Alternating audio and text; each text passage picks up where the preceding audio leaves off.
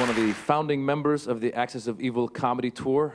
The other founding members included Ahmed, who is an Egyptian American who actually had the idea to go to the Middle East and try it out before we went out as a tour. He went on solo and did it first. Then there was Aaron Cater, who was the Palestinian American. And then there was me, the Iranian American of the group. Now, being Iranian American presents its own set of problems, as you know. Those two countries aren't getting along these days. So it causes a lot of inner conflict, you know, like part of me likes me, part of me hates me. Part of me thinks I should have a nuclear program, the other part thinks I can't be trusted with one. These are dilemmas I have every day. I was born in Iran. I'm now an American citizen, which means I have the American passport, which means I can travel. Yeah, because if you only have the Iranian passport, you're kind of limited to the countries you can go to with open arms, you know, Syria, Venezuela, North Korea. So anyone who's gotten their passport in America will tell you, when you get your passport, it still says what country you were born in. So I remember getting my American passport. I was like, woohoo, I'm going to travel. And then I opened it up, it said, born in Iran. I'm like, oh, come on, man. I'm trying to go places. But what's interesting is I've never had trouble traveling in any of the Western countries with my American passport, even though it says born in Iran, no problems. Where I've had some problems is in some of the Arab countries, because I guess some of the Arab countries aren't getting along with Iran either. And so I was in Kuwait recently doing a comedy show with some other American comedians. They all went through, and then the Border Patrol saw my American passport. Aha, American, great. And then he opened it up, born in Iran, wait. And he started asking me questions. He said, what is your father's name? I said, well, he's passed away, but his name was Khosrow. He goes, what is your grandfather's name? I said, he passed away a long time ago. His name was Jabbar. He says, you wait, I'll be back. And he walked away. And I started freaking out, because I don't know what kind of crap my grandfather was into. Thought the guy's gonna come back and be like, we've been looking for you for 200 years. Your grandfather has a parking violation, it's way overdue. You owe us $2 billion. But as you can see, when I talk, I speak with an American accent, which you would think as an Iranian-American actor, I should be able to play any part, good, bad, what have you. But a lot of times in Hollywood, when casting directors find out you're of Middle Eastern descent, they go, oh, you're Iranian, great. Can you say, I will kill you in the name of Allah? I go, I could say that, but what if I were to say, hello, I'm your doctor? They go, great, and then you hijack the hospital.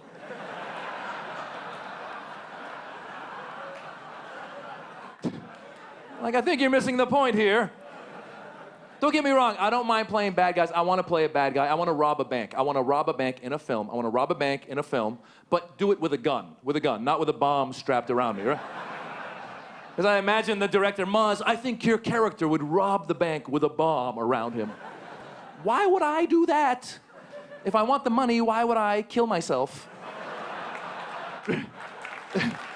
Right? Give me all your money or I'll blow myself up. Well, then blow yourself up. Just do it outside, please. But the fact is, there's good people everywhere. That's what I try and show in my stand-up. There's good people everywhere. All it takes is one person to mess it up. Like a couple months ago in Times Square in New York, there was this Pakistani Muslim guy who tried to blow up a car bomb. Now, I happened to be in Times Square that night doing a comedy show. And a few months before that, there was a white American guy in Austin, Texas, who flew his airplane into the IRS building. And I happened to be in Austin that day doing a stand-up comedy show. Now, I'll tell you, as a Middle Eastern male, when you show up around a lot of these activities, you start feeling guilty at one point. I was watching the news, I'm like, am I involved in this crap?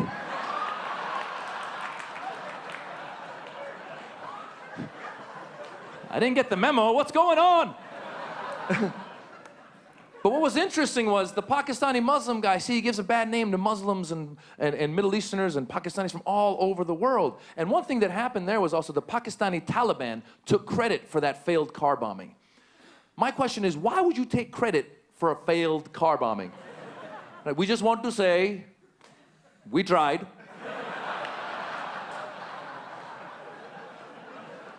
And furthermore, it is the thought that counts.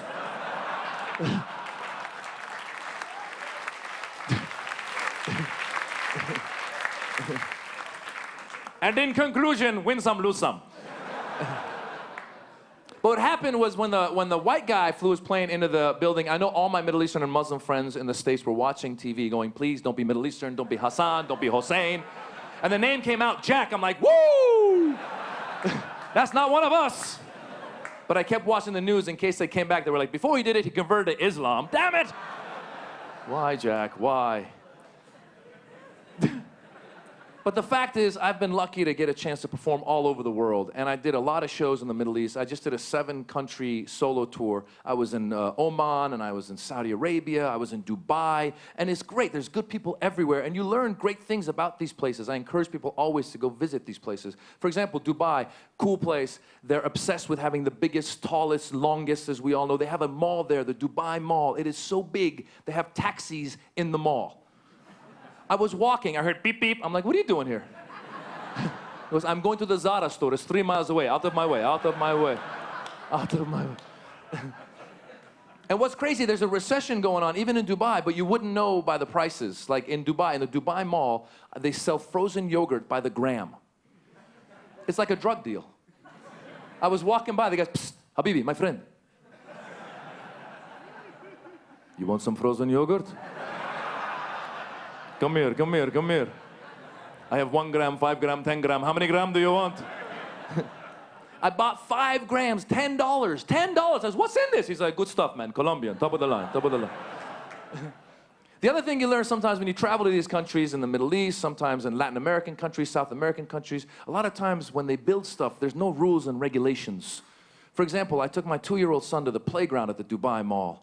And I've taken my 2-year-old son to playgrounds all over the United States. And when you put your 2-year-old on a slide in the United States, they put something on the slide to slow the kid down as he comes down the slide.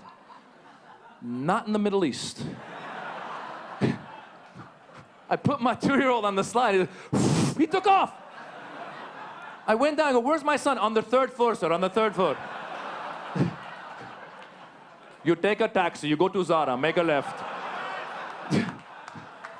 Try the yogurt, it's very good. Little expensive. But one of the things I try to do with my stand-up is to break stereotypes. And I've been guilty of stereotyping as well. I was in Dubai, and there's a lot of Indians who work in Dubai. And they don't get paid that well. And I got in my head that all the Indians there must be workers. And I forgot there's obviously successful Indians in Dubai as well. I was doing a show, and they said, we're going to send a driver to pick you up. So I went down to the lobby, and I saw this Indian guy. I go, he's got to be my driver. Because he was standing there in like a cheap suit, thin mustache, staring at me. So I went over, excuse me, sir, are you my driver? He goes, no, sir. I own the hotel. I go, I'm sorry, then why were you staring at me? He goes, I thought you were my driver.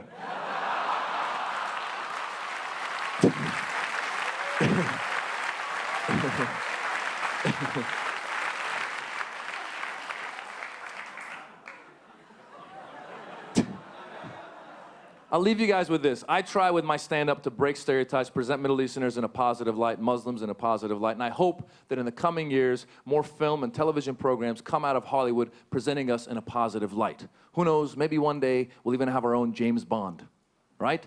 My name is Bond, Jamal Bond. Till then, I'll keep telling jokes. I hope you keep laughing. Have a good day. Thank you.